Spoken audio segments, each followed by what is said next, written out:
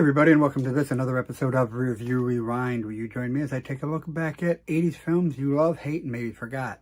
Today, we are going to take a look at the Don Johnson opus, Dead Bang.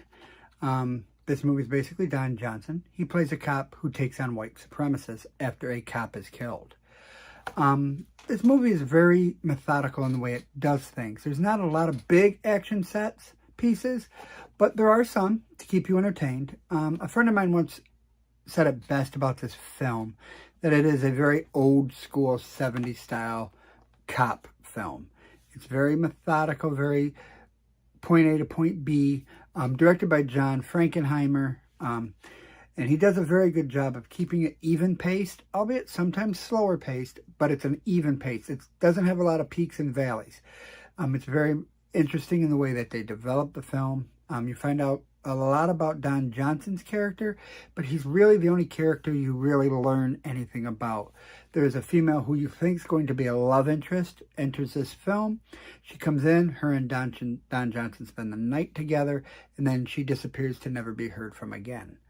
And then you have the very stereotypical characters in this film with the very racist Southern cop who doesn't hide his racism. He's very proud of his racism. And this offends Johnson, obviously being the good cop that he is.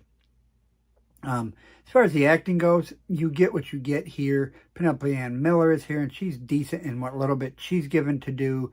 Don Johnson plays a cop, and that's kind of what he does from his days of Miami Vice. Granted, here he is a much more based, much more grounded cop, where he was more style on Miami Vice. Here he's a more seasoned veteran. Like I said, and he doesn't have a lot to play with other than the characters that come in and out for each scene, each location he goes to find these white supremacists. But they do good with what they are. You have Tim Reed here as a sheriff, also known as Venus Flytrap from WKRP in Cincinnati. He does a decent job, but again, he's not given a lot to work with. Here, this is Don Johnson's movie. He carries it. All the other characters are really superfluous in that they come and go with very little other than the reactions and the bouncing off of Don Johnson for the little bit of time he's there. That being said, with the white supremacist plot, you're getting what you get. They're bad guys. They don't like people who are different than them, and that is what that is with them. So, I mean, again, very basic plot with them. Nothing to really elevate it. Nothing to really make you want to go, wow, I didn't see that coming. It's very steadfast. Really, this movie isn't horrible. You are really kind of getting what you get. My sister loved it.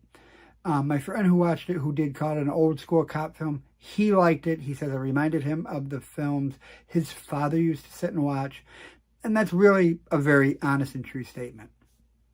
But really, with all of that being said, looking back at this and really kind of evaluating it with a very little score to deal with, no real soundtrack, you really just have a bare-bones movie, albeit decent, but still bare bones. All in all, I do give Dead Bang a 62 out of 100, a 6.2 out of 10. Not the best cop movie, not even middle of the road, just kind of an average cop movie that really you won't mind watching, but you're really not going to want to revisit. Thank you for tuning in. Thank you for watching this review of Dead Bang. I do appreciate it. While you're here, click that subscribe button to help us grow this channel. Thank you for tuning in. Thank you for enjoying it. And as always, peace, love, see ya.